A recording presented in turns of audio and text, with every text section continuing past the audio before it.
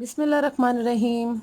Assalamu alaikum dear students. Myself Dr. Saida Noreen and I am once again back with the continuation of our previously reported lecture जो मैंने जिसकी definitions आपको दी थी और I hope कि आपने उनको समझ लिया होगा, learn कर लिया होगा and this topic is fields of force. सबसे पहले ये जो मैंने चेक मार्क्स लगाए हैं ये आपकी बुक के ही पेज है, उस पर मैंने चेक मार्क्स इसलिए लगाए हैं ताकि आपको पता चल जाए कि आपने किन पॉइंट्स के ऊपर जो है वो फोकस करना है जब आपने इसको एक्सप्लेनेशन देखनी है. So without any further delay we let's start our topic. Newton's universal gravitational law and the Coulomb's law enable us to calculate the magnitude as well as the directions of the gravitational and electric forces respectively. आपको पता है Newton law of gravitation, आपने Coulomb's law भी अभी कल पढ़ा तो उसमें आपको पता चल गया होगा कि न्यूटन लॉ ऑफ ग्रेविटेशन से आपको ग्रेविटेशनल फील्ड के बारे में और ग्रेविटेशनल फोर्स के बारे में पता चला था. इसी तरह कल कूलम्स लॉ जब हमने पढ़ा है तो हमें कूलम्स लॉ से जो इलेक्ट्रोस्टैटिक फोर्स है और या कूलम्स फोर्स है उसके बारे में पता चला. तो ये जितने भी न्यूटन लॉ है या कूलम्स लॉ है वो आपको ग्रेविटेशनल फील्ड और जब भी कहीं फील्ड होगी तो जाहिर सी बात है उसकी उस फील्ड की कुछ ना कुछ इलेक्ट्रिक फील्ड लाइंस होंगी और उन इलेक्ट्रिक फील्ड या फील्ड लाइंस होंगी, चाहे वो इलेक्ट्रिक फील्ड लाइंस हैं, चाहे अगर ग्रेविटी की बात करेंगे तो ग्रेविटेशनल फील्ड लाइंस होंगी. और वो फील्ड लाइंस जो हैं वो डिटरमाइन करती हैं कि वो कितनी फोर्स एक्सर्ट करता है एक बॉडी दूसरी बॉडी पे. ग्रेविटेशनल फील्ड में तो आप मैसेज की बात करते हैं ना, कूलम्स लॉ में हमने देखा कि चार्जेस की बात हो रही है, इलेक्ट्रिक फोर्सेस की बात हो रही है. तो एक चार्ज दूसरे चार्ज पे कितनी फोर्स एक्सर्ट करेगा, it all depends upon the field. और उस फील्ड के अंदर जितनी फील्ड लाइंस हैं उसके ऊपर डिपेंड करेगा कि what is the strength of the electric field of one charge which it can exert on any other charge. ठीक है. सो हाउएवर वन में क्वेश्चन यानी कोई भी एक क्वेश्चन कर सकता है. वो टू पार्ट्स हैं. What are the origins of this forces, कहाँ से ये फोर्सेस आती हैं. This answer is still unknown, यानी अभी तक हमें ये नहीं पता चला कि ये फोर्सेस कहाँ से आती हैं. How are this forces transmitted from one mass to another mass. जब हम देखते हैं न्यूटन लॉ ऑफ ग्रेविटेशन में आपने कहा कि एक मैस से दूसरे मैसेज में या एक चार्ज से, अभी कल कूलम्स लॉ में देखा, एक चार्ज से दूसरे चार्ज में कैसे ये फोर्स ट्रेवल करती हैं. तो ये तो नहीं हमें पता कि ये कहाँ से आई हैं. This question is still unknown. The existence of this force is accepted as it is. हम उसको ऐसे ही एक्सेप्ट करते हैं. दैट्स वाई हम इनको कहते हैं बेसिक फोर्सेस ऑफ नेचर. ये अल्लाह ताला की तरफ से कुदरती तौर पे हमें ये बेसिक फोर्सेस ऑफ नेचर जो हैं ये अवेलेबल हैं. तो हम इनको फिर एज इट इज़ ही स्टडी करते हैं. उसके बाद to describe the mechanism by which the electric force is transmitted, Michael Faraday.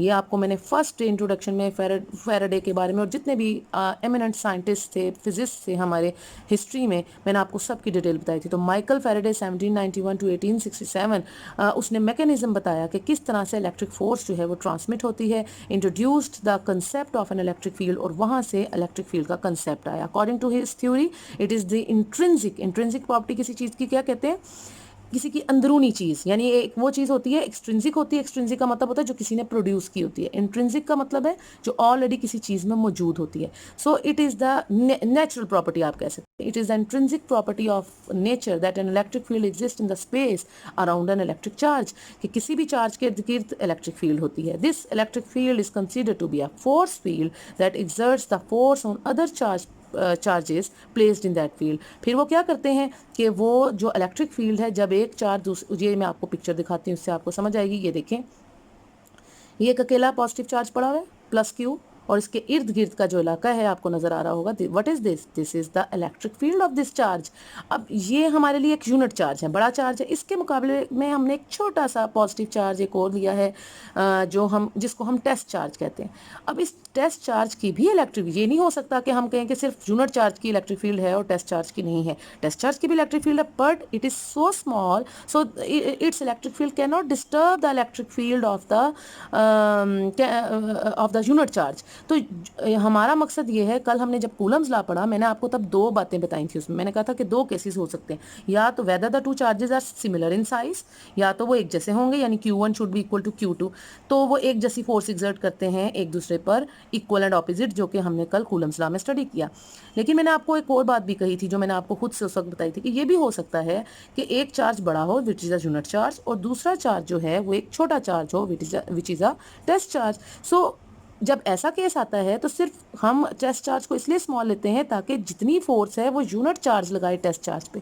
Test charge जो कि इतनी फोर्स होगी तो सही, लेकिन वो इतनी ज़्यादा पावरफुल नहीं होगी, उसकी स्ट्रेंथ इतनी ज़्यादा नहीं होगी कि वो यूनिट चार्ज के ऊपर कोई फोर्स एक्सर्ट कर सके। अंडरस्टैंड? सो हम बात कर रहे हैं कि यहाँ पर हमने एक लार्ज चार्ज लिया यूनिट चार्ज और एक स्मॉल टेस्ट चार्ज लिया, दोनों सिमिलर चार्जेस हैं, so that the what should, आपको क्या लगता है कि इसमें what should be the electrostatic force, whether it is attractive और रिपल्सिव?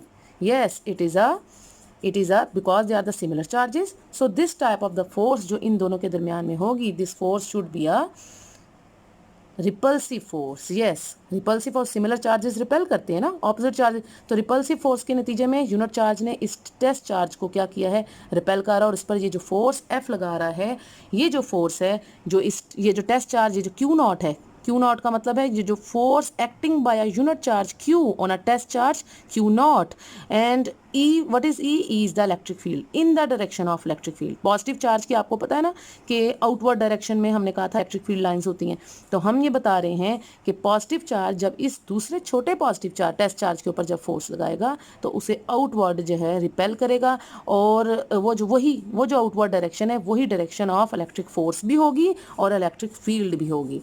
ठीक है, तो F is equal to Q not into E, ये वेयर ई, अच्छा ये दोनों बोल्ड करके लिखे हुए एफ बी और ई बी, क्यों? क्योंकि एफ बी आपकी इलेक्ट्रोस्टैटिक फोर्स जो है, this is a vector quantity, और उसके साथ साथ जो ई है दैट इज इलेक्ट्रिक फील्ड, या जिसको आप इलेक्ट्रिक फील्ड इंटेंसिटी या इलेक्ट्रिक फील्ड स्ट्रेंथ कहते हैं, वो भी एक वेक्टर क्वांटिटी है, इसलिए उसको भी बोल्ड उन्होंने करके लिखा। लेकिन आई शुड प्रेफर कि आप इसको एरो हेड के साथ लिखें, जब आपने पेपर में लिखना है तो एरो हेड के साथ लिखना है, ठीक है, ताकि वाजिया हो जाए कि ये वेक्टर क्वांटिटीज हैं और ये क्यू नॉट जो है वो स्केलर क्वांटिटी है। ठीक है, अच्छा यहाँ से आप ई कैलकुलेट कर सकते हैं, सो ई इज इक्वल टू ये क्यू नॉट जो इधर मल्टीप्लाई हो रहा है दूसरी तरफ जाके इक्वल की सेकंड साइड पे जाके डिवाइड होगा, so E is equal to F over Q not, where F is the force experienced by the positive test charge Q not.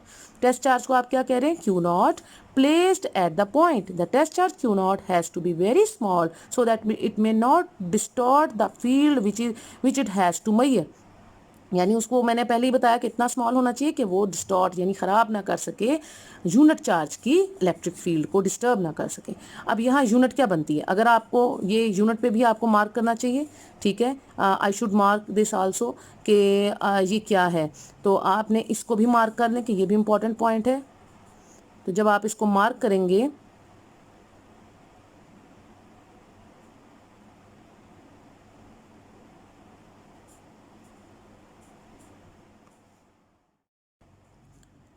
हाँ जी, ये हमने इसको भी मार्क कर लिया।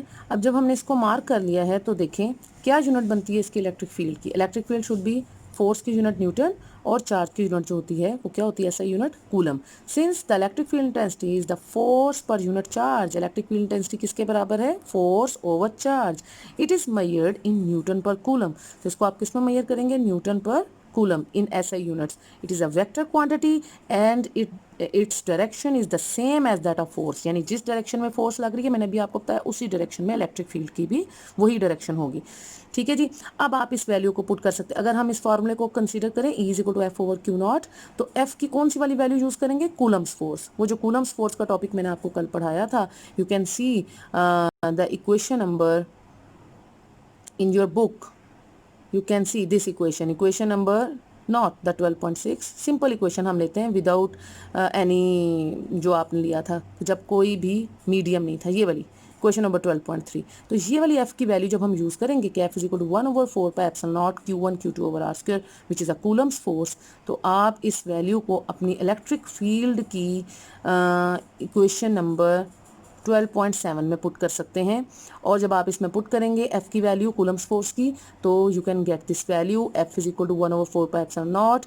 Q1 Q2 की बजाय दो चार्जेस हैं, एक चार्ज जो यूनिट चार्ज है that is Q and the other one is the test charge Q naught. तो Q1 की जगह Q लग जाएगा, Q2 की जगह Q नॉट यूज करेंगे divided by R square. Unit vector R हम इसलिए लगा रहे हैं, मैंने कल भी बताया कि फोर्स चूंकि एक वेक्टर क्वांटिटी है, तो या तो अगर आप उसकी स्केलर फॉर्म लिख रहे हैं तो फिर तो आपको यूनिट वेक्टर की जरूरत नहीं है, लेकिन जब आप आप उसकी वेक्टर फॉर्म लिखेंगे। तो फिर अगर लेफ्ट हैंड साइड पे वेक्टर है तो राइट हैंड साइड की इक्वेशन भी वेक्टर ही होनी चाहिए। अब राइट हैंड साइड में ऐसी कोई चीज़ नहीं है जो वेक्टर होती सवाए डायरेक्शन की, तो आप उसकी डायरेक्शन को यूनिट वेक्टर आर से जो है वो आर कैप से रिप्रेजेंट कर सकते हैं। तो राइट हैंड साइड भी आपकी वेक्टर क्वांटिटी बन जाएगी, जैसे लेफ्ट हैंड साइड फोर्स जो है वो वेक्टर क्वांटिटी है। ओके, तो unit vector R is use to represent the direction of the electric force as well as electric intensity. ठीक है, तो उसके बाद no E is equal to F, ये हमने फोर्स यूज की, और E is equal to F over Q naught. अब जब हम ये इलेक्ट्रोकूलम्स फोर्स जो है हम यूज कर रहे हैं, जब इसको इसमें पुट करेंगे तो आपको पता है E is equal to F over Q naught. Q naught जो है वो फोर्स है जो कि टेस्ट चार्ज है ना आपका, तो वो फोर्स जो टेस्ट चार्ज पे लग रही है, तो जब ये क्यू नॉट नीचे डिवीजन में आएगा, ये वाला क्यू नॉट ऊपर वाले से कैंसिल हो जाएगा, and we can get the value of electric field intensity, that is 1 over 4 pi epsilon naught q over r square into unit vector r, because electric field intensity is also a vector quantity, so इसके साथ भी unit vector r right hand side पर आएगा। Okay, I think ये point जो है ये आपको क्लियर हो चुके होंगे। एग्जाम्पल नंबर 12.2, ये एक इंपॉर्टेंट एग्जाम्पल है। जो इंपॉर्टेंट एग्जाम्पल्स होंगी, क्योंकि इस तरह की जो शॉर्ट एग्जाम्पल्स हैं ये आपको एमसीक्यूज़ में भी आ जाती हैं, शॉर्ट आंसर क्वेश्चंस में भी आ जाती हैं। तो जो इंपॉर्टेंट होंगी वो एग्जाम्पल्स वो मैं आपको साथ साथ कराऊंगी, लेकिन जो अदरवाइज आई वुड प्रेफर कि आप जो है वो एग्जाम्पल्स को एटलीस्ट खुद सॉल्व करना सीखेंगे। जब हम न्यूमेरिकल प्रॉब्लम्स करेंगे तो फिर हम एग्जाम्पल्स जो हैं उनको भी आपको खुद सॉल्व करना की ट्राई करनी चाहिए, अदरवाइज जो भी मसला होगा वो इंशाल्लाह हम डिस्कस कर लेंगे।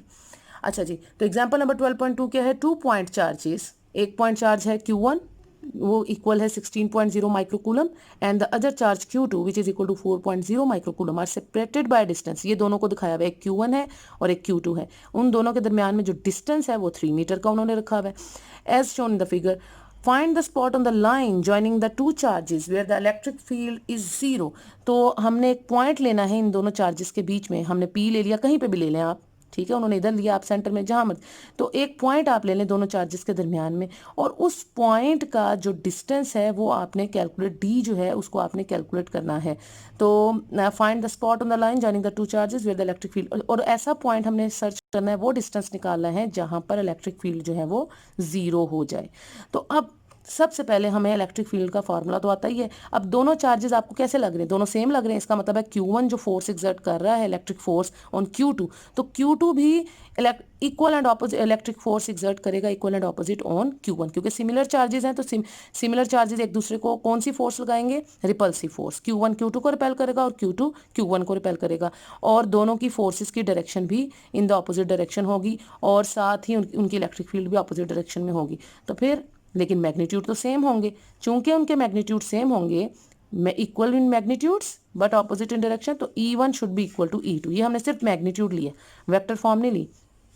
अब E1 इलेक्ट्रिक फील्ड है चार्ज Q1 की, तो चार्ज Q1 का पहले आपको डिस्टेंस निकाल लेना चाहिए। ये देखें चार्ज Q1 का क्या डिस्टेंस होगा, अगर P पॉइंट का डिस्टेंस D है जो हमने कैलकुलेट करना है फ्रॉम पॉइंट Q2, तो what should be the distance of charge Q1 from the point P, इसका क्या डिस्टेंस होगा? ये अंडरस्टूड है कि total distance is 3 and the distance of point P from Q2 is D, so the distance of point Q1 from P should be yes 3 minus D। ये distance कितना होना चाहिए? 3 minus D।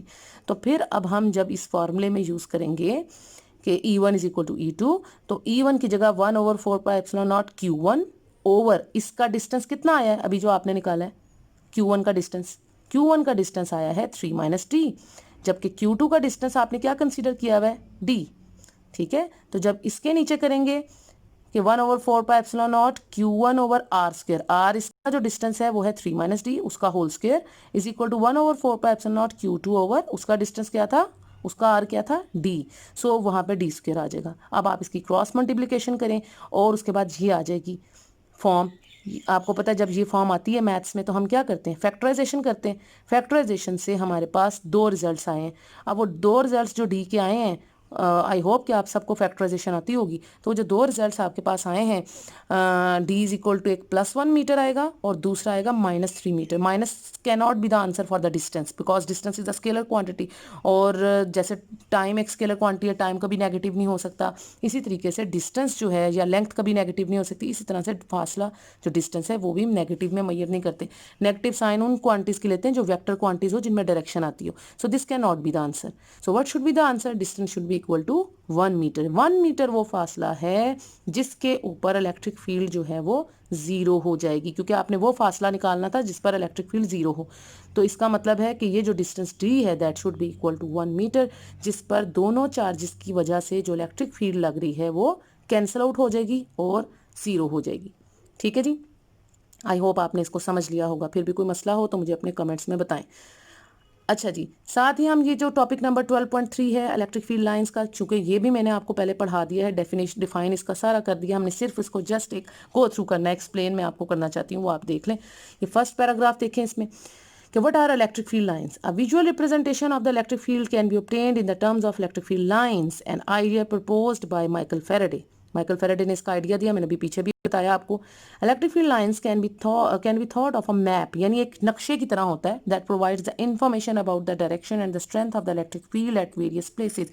जिस जगह भी आपने चार्ज की डायरेक्शन कैलकुलेट करनी है कि चार्ज किस डायरेक्शन में फोर्स लगा रहा है, ये आपको उसकी डायरेक्शन स्पेसिफाई करके देता है। As electric field lines provide information about the electric force exerted on a charge, the lines are commonly called lines of force. इनको हम लाइंस ऑफ फोर्स इसलिए कहते हैं कि ये आपको यूजली जो है वो चार्ज किस डायरेक्शन में लगा रहा है फोर्स, उसकी डायरेक्शन को स्पेसिफाई करता है। और आपको पता है कि वो किस फॉर्म में करता है, ये लाइंस ऑफ फोर्स, ये लाइंस है ना, ये चार्ज क्यू है, प्लस क्यू है, तो ये प्लस क्यू किस डायरेक्शन में फोर्स लगाएगा?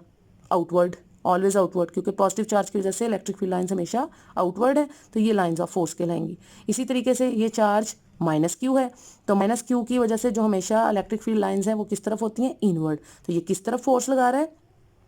इनवर्ड। तो ये इसकी इलेक्ट्रिक फील्ड लाइंस हैं, या लाइंस ऑफ फोर्स जिनको आप कहते हैं वो हैं।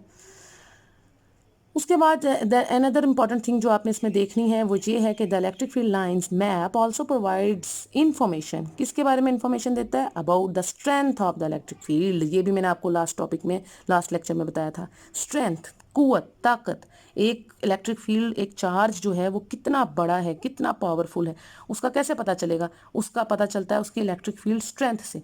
तो वो स्ट्रेंथ जो है वो कौन डिटरमाइन कर रहा है? ये इलेक्ट्रिक फील्ड लाइंस। जितनी ज़्यादा इलेक्ट्रिक फील्ड लाइंस होंगी किसी चार्ज की, उतनी ही उसकी ज़्यादा स्ट्रेंथ होगी। ठीक है, वो उतना ज़्यादा स्ट्रांग होगा। where the field is strong while the continuously spread out indicating the continuous decrease in the field strength। जितना ज़्यादा वो बाहर की तरफ आप जाएंगे, सेंटर में तो वो स्ट्रांग फील्ड होती है नियर द चार्जेस, लेकिन जैसे जैसे आप उससे दूर जाते जाते हैं किसी चार्ज से, तो उसकी स्ट्रेंथ भी जो है वो डिक्रीज होती जाती है। ये डेफिनेशन मैंने आपको पहले भी मार्क कराई। The number of lines per unit area passing perpendicularly through an area is proportional to the magnitude of the electric field. किसी भी एरिया से जितनी नंबर ऑफ लाइंस पास करती हैं परपेंडिकुलर डायरेक्शन में थ्रू एन एरिया, तो उस वो किसके प्रोपोर्शनल है, यानी किस पर डिपेंड कर रही है? Magnitude of electric field. जितना स्ट्रॉन्ग इलेक्ट्रिक फील्ड, जितना बड़ा चार्ज उतनी बड़ी इलेक्ट्रिक फील्ड, जितनी बड़ी इलेक्ट्रिक फील्ड उतनी ज़्यादा उसकी इलेक्ट्रिक फील्ड लाइंस, और जितनी ज़्यादा इलेक्ट्रिक फील्ड लाइंस उतनी ही ज़्यादा उसकी इलेक्ट्रिक फील्ड स्ट्रेंथ भी होगी। ठीक है, तो ये सारी चीज़ें आपस में इंटर रिलेटेड हैं। उसके बाद देखें कि ये दो तरह के चार्ज हैं। अच्छा, ये आप ये देखें ऊपर वाला कि ये दोनों क्या हैं? सिमिलर चार्जेस, पॉजिटिव पॉजिटिव, तो दोनों की डायरेक्शन, दोनों एक दूसरे को रिपेल कर रहे हैं। रिपल्सिव फोर्स, इलेक्ट्रोस्टैटिक फोर्स जो है वो रिपल्सिव है, तो ये उनकी इलेक्ट्रिक फील्ड लाइंस भी कैसी हैं? दोनों की आपस में आउटवर्ड। इसके अलावा ये जो चीज़ है, एक पॉजिटिव चार्ज है और एक नेगेटिव चार्ज है, तो फिर क्या होगा कि इलेक्ट्रिक फील्ड लाइंस जो हैं वो पॉजिटिव से ओरिजिनेट करती हैं, ये मैंने आपको बताया था, और नेगेटिव की तरफ जाती हैं। तो ये सेंटर में क्लोज लाइंस हैं, और जैसे जैसे आप आउटवर्ड जाते हैं तो इलेक्ट्रिक फील्ड लाइंस जो हैं वो खुली खुली यानी वाइड हो जाती हैं। तो यहाँ स्ट्रेंथ कम होगी आउटवर्ड, और सेंटर में स्ट्रेंथ जो है ऑफ इलेक्ट्रिक फील्ड वो ज़्यादा होगी।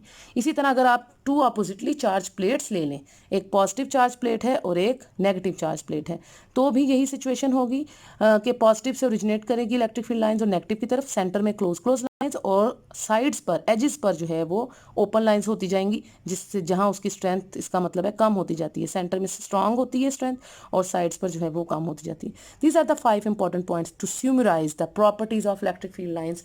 यानी अगर आप इलेक्ट्रिक फील्ड लाइंस की प्रॉपर्टीज को स्यूमराइज करना चाहते हैं तो ये 5 प्रॉपर्टीज जो है 4 प्रॉपर्टीज ये आपने स्टडी करनी है। Number 1, electric field lines originate from positive charge and end on the negative charge. Positive charge से ओरिजिनेट करती हैं, नेगेटिव चार्ज पर एंड करती हैं। Number 2, the tangent to the field lines at any point gives the direction of the electric field at that point. क्योंकि ये close field है, circle में होती जाता है, तो जब भी आप इसके ऊपर टेंजेंट ड्रॉ करते हैं, टेंजेंट किसको कहते हैं मैथ्स में? टेंजेंट उसको कहते हैं कि जब कोई चीज़ सर्कल में हो तो टेंजेंट वो लाइन होती है जो रेडियस के साथ 90 डिग्री का एंगल बनाती है, उस लाइन को हम टेंजेंट कहते हैं। सो जब भी आप टेंजेंट ड्रॉ करेंगे इस इलेक्ट्रिक फील्ड को, तो ये आपको डायरेक्शन, यानी ये याद रखें कि इलेक्ट्रिक फील्ड लाइन जो है वो परपेंडिकुलर डायरेक्शन में होगी, ठीक है। तो tangent to the field line जो है किसी भी पॉइंट पे, वो direction of the electric field at that point आपको देगा। The lines are closer where the field is strong and the lines are farther apart where the field is weak. जब lines closer तंग lines जो हैं वो कहाँ होंगी? जहाँ फील्ड स्ट्रॉन्ग होगी, और खुली खुली लाइंस जहाँ होंगी वहाँ फील्ड जो है वो वीक होगी। नो, ये जो लास्ट पॉइंट है, जो पॉइंट नंबर 4 है, नो टू लाइंस, ये बड़ा इंपॉर्टेंट है। This is also the answer of your question number 12.5 in your exercise. आप अपनी एक्सरसाइज पे जाएं ज़रा। एक्सरसाइज पे जब हम जाएंगे तो question number of the exercise 12.5 मैं आपको दिखाना चाहती हूँ, इसलिए मैं कर रही हूँ कि ताकि आपको कंफर्म हो जाए कि मैं किस क्वेश्चन की बात कर रही हूँ। कि ये